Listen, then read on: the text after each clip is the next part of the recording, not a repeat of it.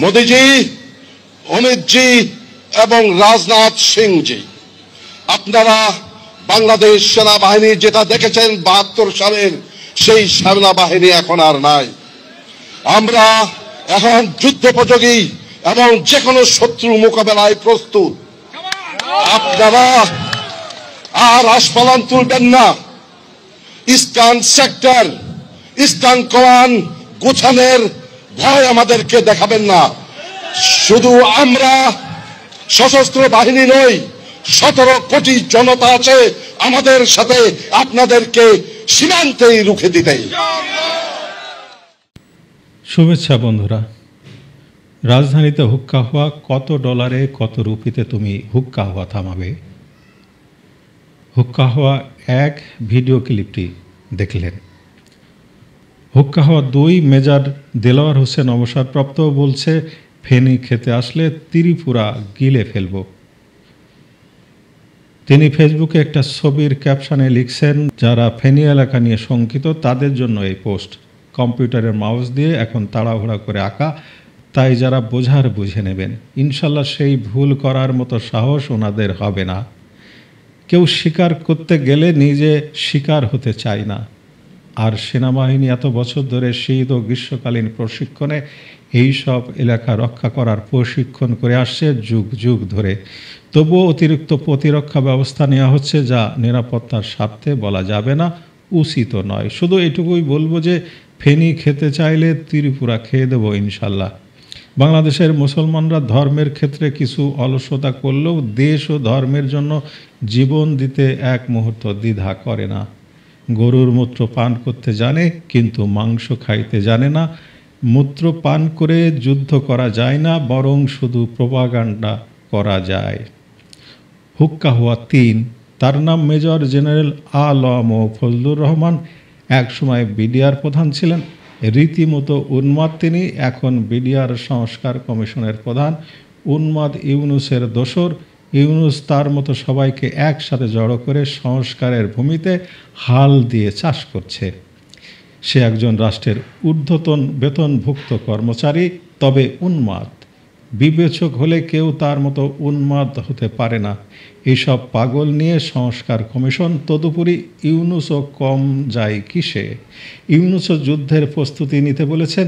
সবার মনে বড় প্রশ্ন হচ্ছে, কার সাথে যুদ্ধ করতে যাবে তারা? পাগলে ভরে গেছে দেশ। সে যা বলেছে তার কারণে পররাষ্ট্র মন্ত্রণালয়কে ব্যাখ্যা দিতে হয়েছে। এই পাগল তার হুক্কা হওয়াতে বলছে, ভারত পাকিস্তান আক্রমণ করলে বাংলাদেশের উচিত হবে উত্তর পূর্ব ভারতের ৭ রাজ্য দখল করে নেওয়া। এ ব্যাপারে চীনের সাথে যৌথ সামরিক ব্যবস্থা নিয়ে আলোচনা শুরু করা প্রয়োজন বলে মনে করি।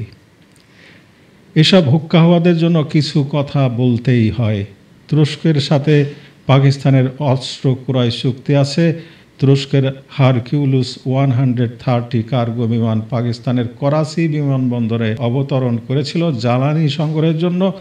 তুরস্ক সরকারের যোগাযোগ অধিদপ্তর সামাজিক মাধ্যম এক্সে পোস্ট করে জানায়, তুরস্ক পাকিস্তানে অস্ত্রভর্তি 6টি বিমান পাঠিয়েছে। কয়েকটি সংবাদপত্রে প্রকাশিত খবর সত্য নয়। C-130 এই হারকিউলিস বিমান নিয়ে বঙ্গপাল যে নাচানাচি শুরু করেছে, তাতে যে কোনো মুহূর্তে তাদের প্যান্ট ও লুঙ্গি খুলে যাবার উপক্রম হয়েছে। যে রাষ্ট্রটি নিজের পাশের 140 মাইলের গাজা ইসরায়েল থেকে উদ্ধার করতে পারেনি গত 78 বছরে, তারা পাকিস্তানে এসে ভারতের লোম কেশ ছিঁড়ে ফেলবে, এসব ভাবনা হাস্যকর লাগে। ভারতের INS বিক্রান্ত ইতিমধ্যে বেলুচিস্তানের পাক সামরিক ঘাঁটি বরাবর মিসাইল তাক করে আরব সাগরে অবস্থান করছে। প্রায় 10 লক্ষ স্থলসেনা ইতিমধ্যে পাকিস্তানের আজাদ কাশ্মীর ঘিরে রেখেছে। 90,000 কোটি টাকার ফ্রান্স থেকে 26টি রাফায়েল এসেছে। অবশ্যই দীর্ঘমেয়াদী যুদ্ধের কথা ভেবেই ভারত এসব আগাম প্রস্তুতি নিয়ে রেখেছে। চীন অথবা বাংলাদেশ কোনো পক্ষ থেকে যদি হামলা আসে, তবে তাৎক্ষণিক সেই হামলা মোকাবেলায় বিমান বাহিনীর যুদ্ধ বিমান মোতায়েন করা হয়েছে চিকেন নেক্স এলাকায়। এছাড়াও চীনের হামলা ঠেকানোর জন্য S-400 ক্ষেপণাস্ত্র ব্যবস্থা মোতায়েন করেছে। ব্রাহ্মস মিসাইল প্রস্তুত করা আছে চীনের আক্রমণ ঠেকানোর জন্য। সব মিলিয়ে ভারত প্রস্তুত। আফগানিস্তানের সীমান্তে খাইবার পাখতুনখোয়া প্রদেশে নিরীহ 54 জন মানুষের যে হত্যাকাণ্ড ঘটিয়েছে পাকিস্তান সেনাবাহিনী, তার বদলা নেওয়ার জন্য আফগানরা তৈরি হচ্ছে। বাংলাদেশের মিডিয়ার সংবাদ দেখে মনে হয় যুদ্ধটা ভারত ও পাকিস্তানের মধ্যে নয়, বরং যুদ্ধ বাংলাদেশ ভারত হচ্ছে। অনেকটাই সালনাই কুত্তার বাঘা তার ফাল। কতগুলো বাঁশের ছবি দেখে বলে চীন মিসাইল পাঠিয়েছে। চীনের কাজই তো হচ্ছে অস্ত্র ব্যবসা। পাকিস্তান লুঙ্গি পাজামা খুলবে আর চীন অস্ত্র বিক্রি করবে। এরপর অস্ত্র কিনতে কিনতে ফতুর হয়ে গেলে বলবে দূরে গিয়ে মর শালা। মধ্যপ্রাচ্যের তুরস্ক হচ্ছে আমেরিকার গোলাম একটি রাষ্ট্র। দক্ষিণ এশিয়ায় পাকিস্তান হচ্ছে আমেরিকার দ্বিতীয় গোলাম রাষ্ট্র। দুই গোলাম এক হয়ে যখন হাসি দেয় মনে হয় বিশ্ব জয় করে ফেলেছে। নিজের তলার ফুটোর ঠিক নাই, সারাদিন অন্যের সমালোচনায় দিন কাটায়। ভারতের যুদ্ধজাহাজ আরব সাগরে ঘুরছে মানে এটা তুরস্কের জন্য একটা সংকেত। অর্থনৈতিকভাবে ভারত এখন তৃতীয় শক্তি। জিডিপির দিক থেকে খুব দ্রুত জাপানকেও ছাড়িয়ে যাবে। বাংলাদেশের মিডিয়া যেভাবে বলছে ভারতের পাশে কেউ নেই, সব পাকিস্তানের পাশে, একটা গল্প মনে হলো, গল্পটা বলি এখানে। এক পাকিস্তান নামক খয়রাতি ভিক্ষা করতে গেছে। যাকেই দেখে তার সাথে ফটো সেশন করে আর ইউনুস ল্যান্ডে গিয়ে বলে, জানো বউ, আমার বন্ধুরা ভালোবেসে আমাকে উপহার দিয়েছে।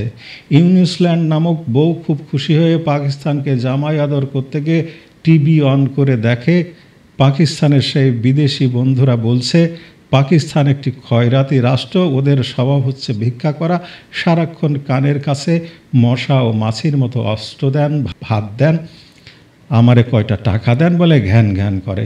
বিরক্ত হয়ে 1 টাকা উপহার পেলেই তা আবার ফটো সেশন করে বলে, তোমরা দেখে যাও চীন ও তুরস্ক আমাদের কত বড় বন্ধু। রাশিয়া ও আমেরিকা কার পক্ষে থাকবে সেটা পরের বিষয়। ভারত এখন পৃথিবীর 4র্থ সামরিক শক্তি, যার 140 কোটি মানুষ আছে, যার কাছে অস্ত্র ও অর্থ আছে, যার কেনার ক্ষমতা আছে যেমন, তেমনি ব্যবহারের ক্ষমতাও আছে। চীন, পাকিস্তান ও ইউনুস ল্যান্ড 3 দেশকে একসাথে একই সঙ্গে জবাব দেওয়ার ক্ষমতা ভারতের রয়েছে। ইতিহাস বলে অর্থ দিলে চীন, রাশিয়া, আমেরিকা ও তুরস্ক সবাই ভারতের কাছে বিয়ে বসবে। ভারতের টাকার কাছে পাকিস্তানের বড় বড় সামরিক কর্মকর্তারাও পায়ের কাছে এসে মাথা ঠুকে দিবে। তুরস্ক যেমন গাজায় এত হামলা হওয়ার পরও ইসরায়েলের জ্বালানি সরবরাহ বন্ধ করেনি, বিষয়টা অনেকটা তাই। তাছাড়া 1971 সালের মহান মুক্তিযুদ্ধে ভারত নামক রাষ্ট্র একা আমেরিকা, চীন ও পাকিস্তানের সাথে যুদ্ধ করে মাত্র 10 দিনে বাংলাদেশ স্বাধীন করে দিয়েছে। পাকিস্তান তখনও গর্তের ভেতর থেকে হুক্কা হওয়া ডাক দিত, এখনও দেয়। এইবার এই শিয়ালের ডাক অবশ্যই বন্ধ হয়ে যাবে। যারা আজ ভারত দখলের হুঙ্কার বা হুক্কা হওয়া দিচ্ছে, তারা সম্প্রতি জুলাই আগস্ট জঙ্গি হামলায় অংশ নিয়েছে ডলারের বিনিময়ে। এরাই একজন প্রধানমন্ত্রীকে নিরাপত্তা দিতে না পেরে ভারতে নিরাপদে রেখে এসেছে। এরাই তবে ভারতের বিরুদ্ধে যুদ্ধ করবে। এখন যুদ্ধের প্রশ্নে এরা কতদূর লড়তে সক্ষম তা তো প্রমাণ হয়ে গিয়েছে। এরা দেশ রক্ষার অঙ্গীকার করেও সেই অঙ্গীকার রক্ষা করতে পারেনি। পার্বত্য অঞ্চল এখন আরাকান আর্মির দখলে, রামু ক্যান্টনমেন্ট মার্কিন সেনার দখলে। জঙ্গি হামলায় অংশগ্রহণকারীরা রাষ্ট্র ক্ষমতা দখল করে বাংলাদেশের মানুষের নিরাপত্তা দিতে ব্যর্থ হয়েছে। খুন, ধর্ষণ, লুটপাটের দেশ, মবের দেশ এখন বাংলাদেশ। রুপি নয়, ডলার নয়, কিক খাওয়ার জন্য তৈরি হয়ে আছো কি তুমি? ভালো থাকবেন বন্ধুরা।